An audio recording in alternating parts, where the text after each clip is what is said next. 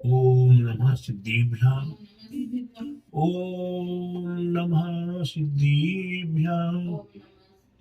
ओम नमः सिद्धिभ्यां। मंगलम भगवान वीरो मंगलम ज्योतिर्मणि मंगलम कुंदकुंद्यार्यो जीनिधर्मोऽस्तु मंगलम सर्वमंगल मांगल्यम सर्वकल्याणकारिकम् प्रधानम सर्वधर्माणां जैनं जयतु शासिनं जैनं जयतु शासिनं जैनं जयतु शासिनं।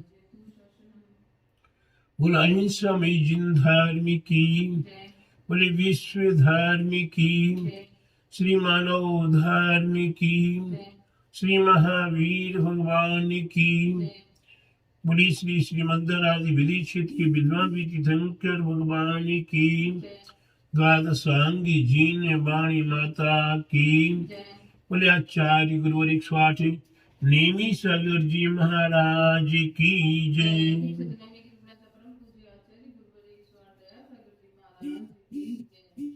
भव्य आत्माओं, हम अपने जीवन में सुना करते हैं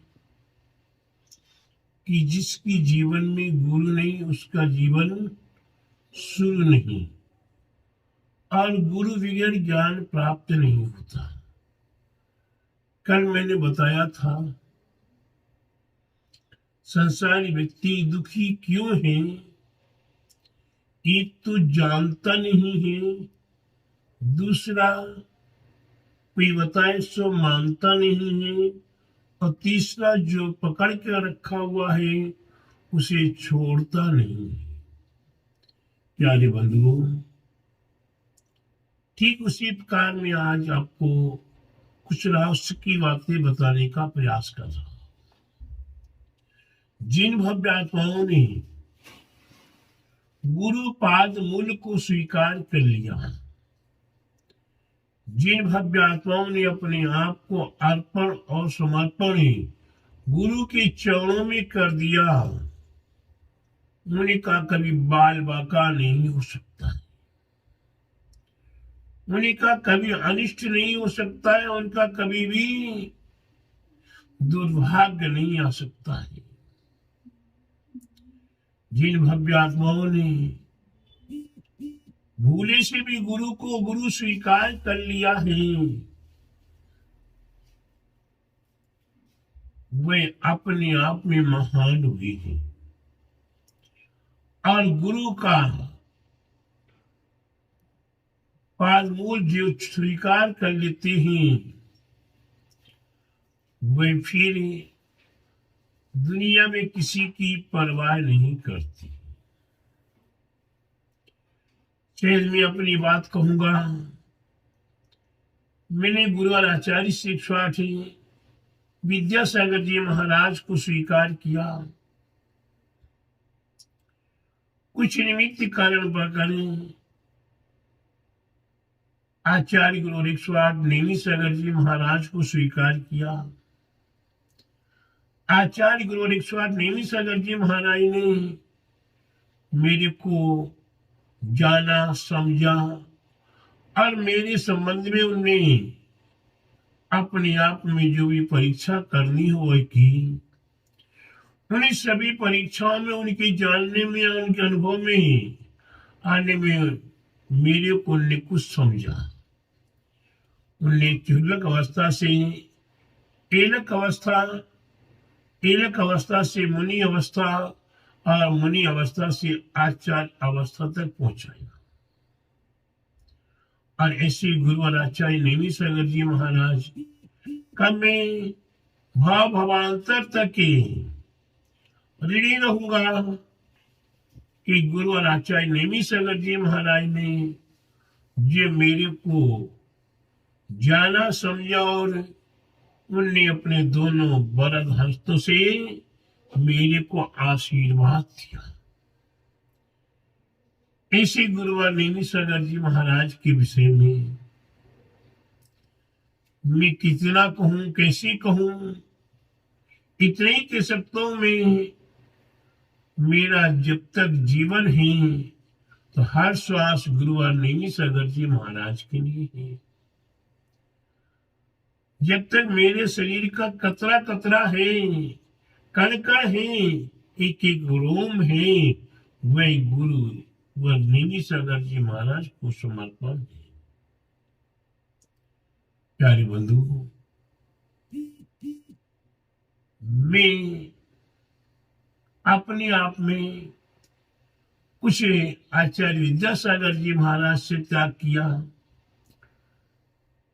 उसके प्रांत गुरुवर नेमिसागर जी महाराज की प्रेरणा से गुरु महाराज के पाद मूल में त्याग करने का अवसर मिला। ये त्याग करने का प्रयास किया वो किसी की जोर जबरदस्ती और किसी के दबाव से नहीं, गुरु महाराज की तब त्याग साधना के प्रभाव से मेरे अंतरंग परिणामों के माध्यम से मैंने त्याग करने का प्रयास किया। तो मैं अपने आप में समझता हूं कि मैं गुरुवर नेमिसागर जी महाराज के प्रति जो समर्पण है, अर्पण है, वे मेरे को आज नहीं, कल नहीं, परसों अवश्य मोक्ष को प्राप्त कराने में कारण बनेगा। आते हैं संकट, आती हैं बाधाएं, आते हैं विघ्न, आते हैं और अनेकों आपदाएं विपदाएं। हमारे आचार्यों ने कहा है, परिश्रम को सहन कीजिए। हमारे आचार्यों ने कहा है कि उपसर्गों को सहन कीजिए। राधा दीदी, उपसर्ग कितने प्रकार के होते हैं? 4 प्रकार के होते हैं। मनुष्कृत है, मनुष्यों के द्वारा उपसर्ग। प्यारे बंधु, आपने पूर्वाचार्यों की कहानियां सुनी होंगी, पूर्वाचार्यों के जीवन चरित्र को सुना होगा। वे हमारे महामुनिराज ये दिगंबरी दीक्षा लेकर जंगल में तप करने बैठे हुए हैं, घोर तप कर रहे हैं। ऐसी अवस्था में, ऐसी तप के समय पर कौन वहां से निकलता है? कौन निकलता वहां से? ये होने वाला ससुर था राधा दीदी, उसकी पुत्री के साथ वो जो मुनि महाराज बना तप कर रहे हैं।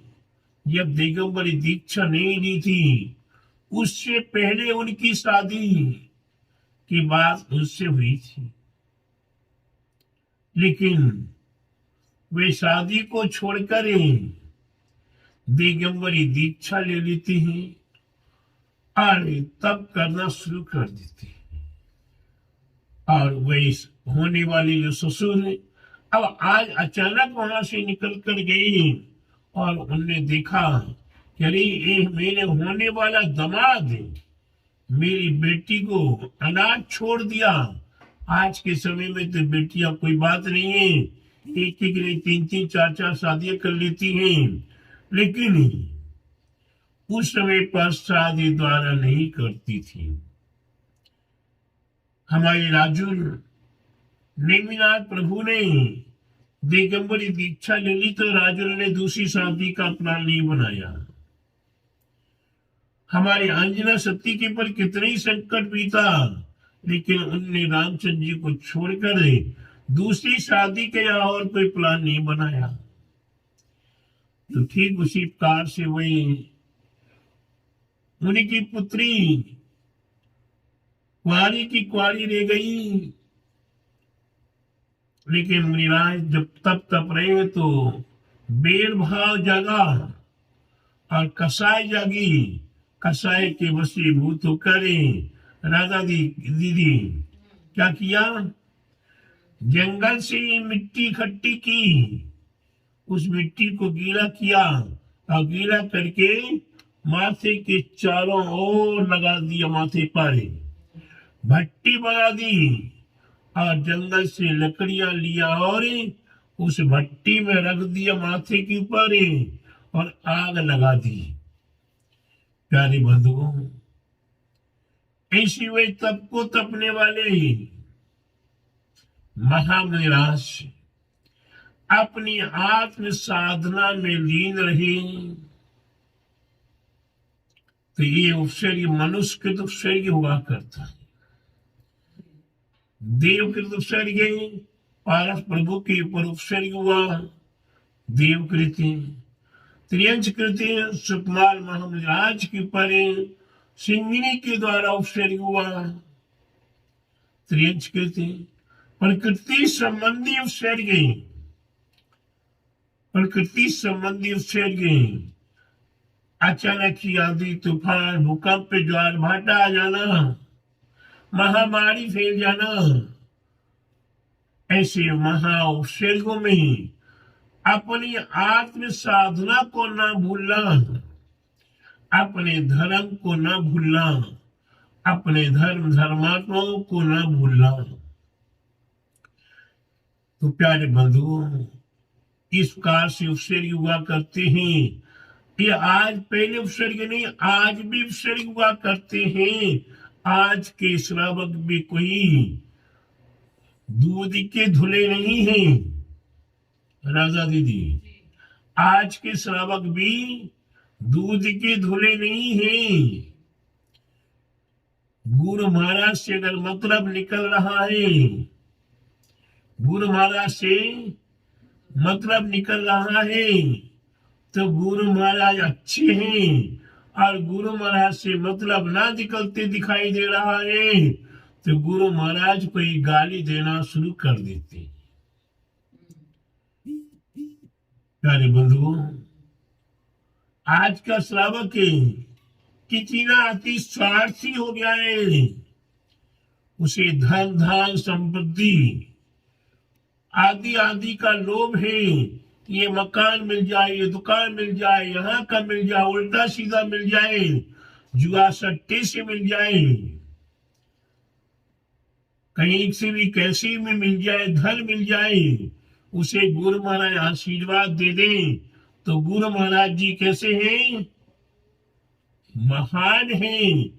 और गुरु महाराज के आशीर्वाद से भी अगर धन संपत्ति नहीं मिली और हाथ में आने के बाद संपत्ति और निकल जाए, तो प्यारे बंधुओं, वे गुरु महाराज के लिए कितनी अशोभनीय शब्दों का उच्चारण कर देते हैं। उन्हें उस समय जोश में, आवेश में उन्हें याद नहीं आता है। ये हम अच्छा करें कि बुरा करें, हम अपने पैरों पर हैं, हम अपने पैरों पर अपने हाथों से कुल्हाड़ी पटक रहे हैं। गुरु महाराज से तो आत्म कल्याण की बात कीजिए, गुरु महाराज से तो मंदिर की बात कीजिए, गुरु महाराज से तो दान पुण्य की पूजा की बात कीजिए। गुरु महाराज से अगर आप बार बार कहेंगे कि महाराज जी हमारा काम नहीं हुआ, हमारा काम नहीं हुआ, अरे काम तुम्हारा नहीं हुआ तो गुरु महाराज थोड़ी कर में काटने पहुंच जाएंगे। तुम खाओ आगे राधा दीदी, तुम खाओ आगे और अंगारे आगे बताओ गुरु जी। तो नहीं प्यारे बंधुओं, तुमने आग खाई तो अंगारे तुम्हीं को अगना पड़ेंगे। इसलिए प्यारे बंधुओं, अपने आप को सोचो, विचारो, समझो। एक गुरु महाराज का अपमान करने से दादा दीदी, एक गुरु महाराज का अपमान करने से, दीपायन मुनि का अपमान करने से संपूर्ण द्वारका भस्म हो गई, संपूर्ण द्वारका वासी नष्ट हो गए। प्यारे बंधु विचार कीजिएगा, गुरु महाराज की तो बात दूर है, पंच नमस्कार महामंत्र का अपमान किया, पंच नमस्कार महान मंत्र का अपमान किया। किसने? चक्रवर्ती ने। कोई छोटी मोटी हस्ती नहीं, जिनके पास 9 निधियां 14 रत्न हैं, अपार भंडार है, 2-2 हाथों से लुटाओगे तब भी समाप्त नहीं हो रहा है। 2-2 हाथों से क्या, 100-100 हाथों से भी लुटाएंगे तो भी वह भंडार समाप्त होने वाला नहीं है। ऐसे वही चक्रवर्ती, शुभम चक्रवर्ती पंच नमस्कार महामंत्र का अपमान करने से नरक की अधिगामी बनी। वे राजकन्या, राधा दीदी, वे राजकन्या इस दर्पण में मुनिराज का भेद देखकर मुनिराज के प्रति थुथु करने लगी, गिलानी करने लगी। वे दुर्गंधा बनी कितनी बार, किस किस नीच पर्यायों में गई, कैसी कैसी दुर्गतियों में गई और अंत में दुर्गंधा बनी। प्यारे बंधुओं, एक नहीं अनेकों उदाहरण ग्रंथों में हैं, जिनने गुरुओं का सम्मान किया। वह एक बार सम्मान किया माने जब तक उनका जीवन है वे सम्मान ही करते रहेंगे, वे कभी अपमान नहीं करते। और जिन्होंने गुरु का एक बार अपमान कर दिया, जिन्होंने एक बार गुरु का अपमान कर दिया, उनका जीवन कभी बिगड़ नहीं सकता। जिन्होंने गुरु का सम्मान रखा है, मान रखा है, वह भी महान हुए हैं। गुरु महाराज की भक्ति तात्कालिक फल देती है, चाहे अच्छा किया हो सो और बुरा किया हो सो। इसलिए प्यारे बंधुओं, ऐसे गुरु हमारे जीवन के अंधकार का नाश करने वाले हैं और प्रकाश में लाकर खड़े करने वाले हैं। ये निष्प्रय गुरु, इनके लिए तुम गाली देते रहो, उससे कोई फर्क नहीं पड़ता। इनके ऊपर अर्घा उतारो, इनके ऊपर तलवार चलाओ, इनके ऊपर कितने दुर्गति करो, गुरु का कुछ बिगड़ने वाला नहीं है। और कितने भी गुरु के पर दोषारोपण लगाओ, कितने भी गुरु के पर छिन्नदानवेशी दोष लगाओ, प्यारे बंधु, गुरु का कुछ नहीं बिगड़ेगा। बिगड़ेगा किसका? अगर आप राधा दीदी सूरज पर धूल उछालेंगे, सूरज पर धूल उछालेंगे, धूल किसके पर गिरेगी? भव्य आत्माओं बताओ, धूल सूरज की पर उछालेंगे, वह धूल कहाँ गिरेगी? सूरज की पर। भूतो ना भविष्यति, वह धूल आपके ऊपर ही गिरेगी, आपकी आंखों में गिरेगी, आपके मुख पर गिरेगी। जो जमीन पर पड़ी हुई, पैरों में पड़ी हुई धूल है, आपके माथे पर आपने ही गिराई है। प्यारे बंधु, कितना दुर्भाग्य आपका है। अगर कीचड़ में पत्थर फेंकेंगे तो कीचड़ का कुछ नहीं बिगड़ना, कीचड़ में पत्थर फेंकेंगे पर उसके छींटे अपने ऊपर ही आएंगी। इसीलिए प्यारे बंधुओं, अगर अपना विवेक, अपना बुद्धि, अपने गुरुओं के द्वारा पाया हुआ सन्मार्ग उसे स्वीकार करके रखोगे तो आपका जीवन ये भव्य और अगला भाव भी महान हो जाएगा और धीरे धीरे आप महावीर भी बन जाओगे। अगर कि आपने अपने विवेक को नहीं रखा, अगर अपनी मर्यादा को नहीं रखा, अगर आपने जोश में आकर होश को खो दिया, जोश में आकर होश को खो दिया। जोश प्यारे बंधु, कहीं आपका परिवार बड़ा है, कहीं आपके पास धन संपत्ति है, कहीं आपके पास पिस्तौल बंदूकें हैं, कहीं आपके पास दल बल है, कहीं आपके पास वैभव है, उसका जोश आता है। और जैसे वो जोश आता है, वो कोई भी अनर्थ करने में पीछे नहीं हटता। इसलिए प्यारे बंधुओं, ऐसे अनर्थ से बचने का प्रयास कीजिए। ऐसे संकटों को प्राप्त करने के लिए, आपदाओं को प्राप्त करने के लिए आगे गलत कदम न उठाए और अपने जीवन में बन सके तो गुरु भक्ति कर लीजिएगा। अपने जीवन में कुछ बन सके तो गुरु सेवा कर लीजिएगा। अपने जीवन में कुछ बन सके तो धर्म के प्रति दान पुण्य कर लीजिएगा। अगर प्यारे बंधुओं, आपने दान पुण्य का बोला हुआ भी पैसा अगर नहीं दिया तो भी प्यारे बंधु नरक के अधिगामी बनने का रास्ता प्रशस्त कर लिया है। इसलिए प्यारे बंधु, विवेक पूर्वक अपने आप के जीवन को पालन करें, अपने जीवन की लीला को स्वीकार करें। आपका जीवन आपके लिए, आपका जीवन आप महान भी बना सकते हो, अपने जीवन में आप महावीर बना सकते हो।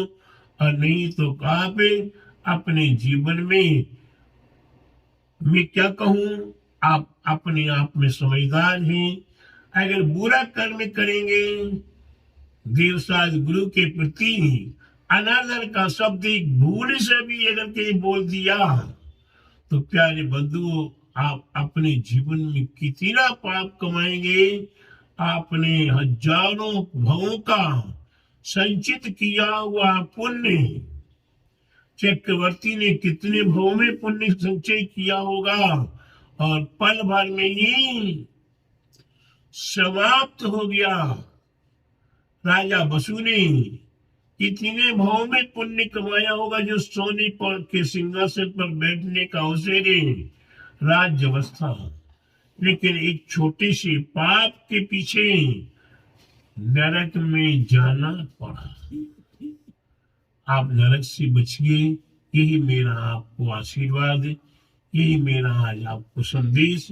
बोले महावीर भगवान की जय, बोले द्वादशांग जीन वाणी माता की जय, बोले आचार्य गुरुवर 108 परम तपस्वी परम श्री संत शिरोमणि 5 वर्ष के जल के त्यागी सुदन सेनानी, ज्ञान वृद्धि तपो वृद्धि वयोवृद्धि वात्सल्य मूर्ति आचार्य श्री 108 नेमी सागर जी महाराज की जय। नेमी की परम पूजा श्री गुरु सागर जी महाराज की जय।